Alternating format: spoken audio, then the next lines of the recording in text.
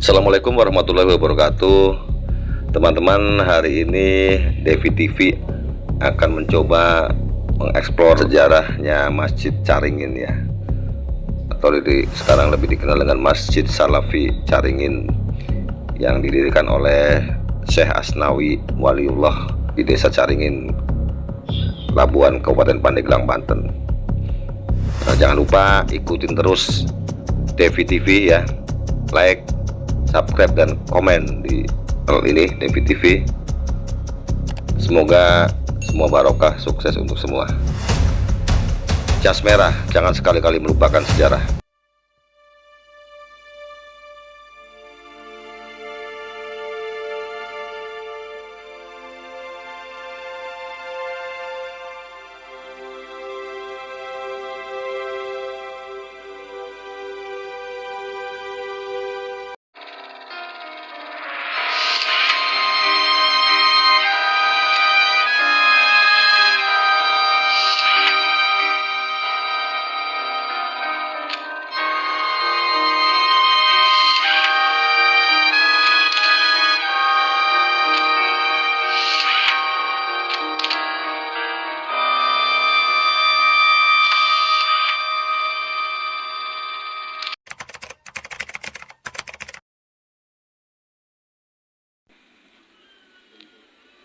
Masjid Caringin, Banten terletak di jalan raya antara Labuan dan Carita.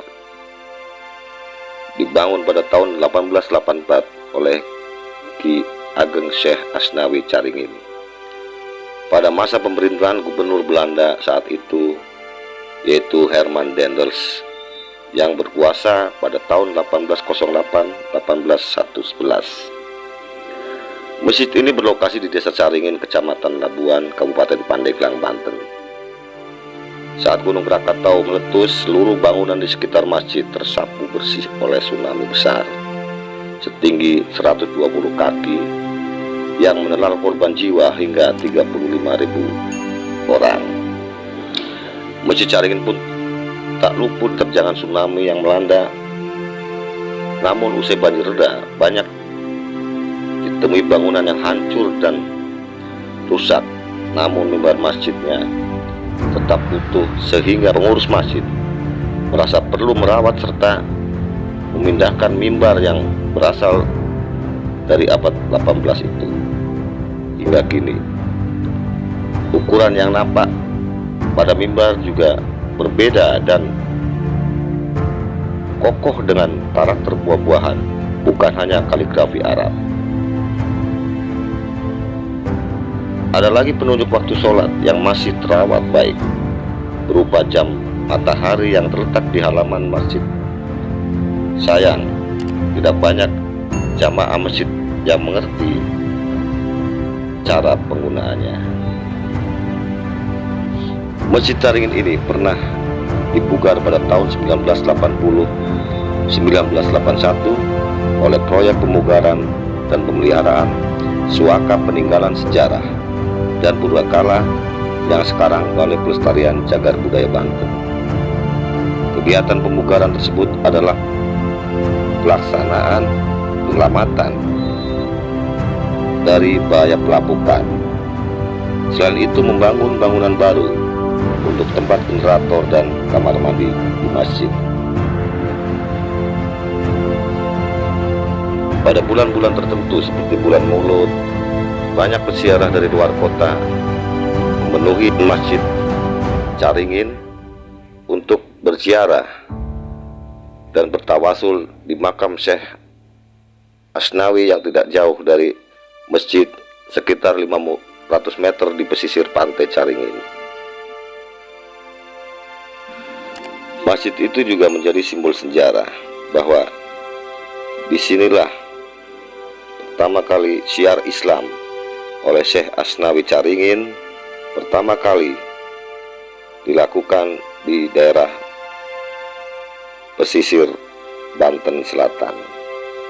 Masjid Salafiyah Caringin merupakan suatu komplek dengan luas tanah 3.500 meter persegi, luas bangunan 600 meter persegi, serta dikelilingi tembok setinggi 115 cm.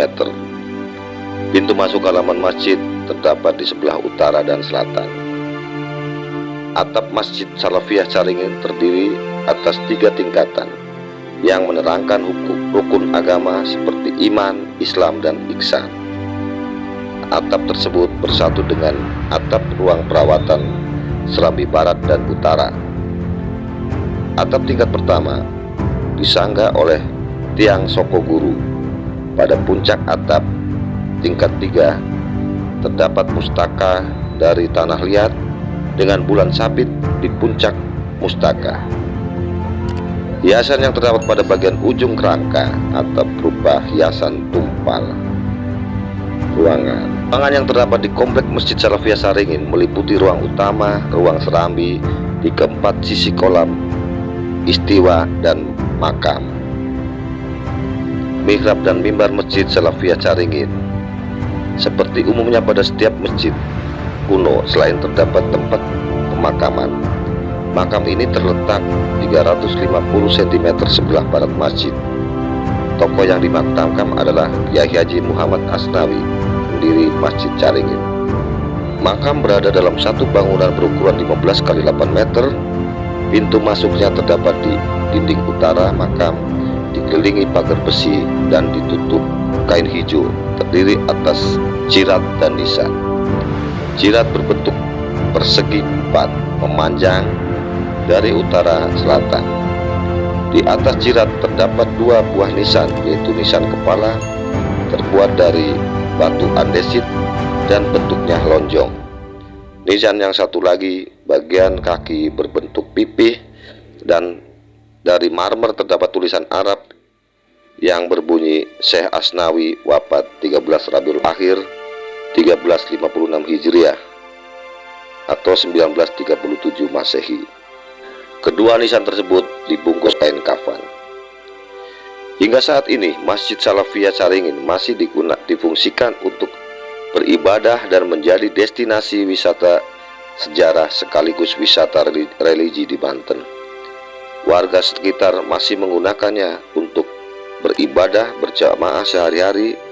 Ke masjid tersebut juga masih banyak yang berdatangan wisatawan dari luar Banten.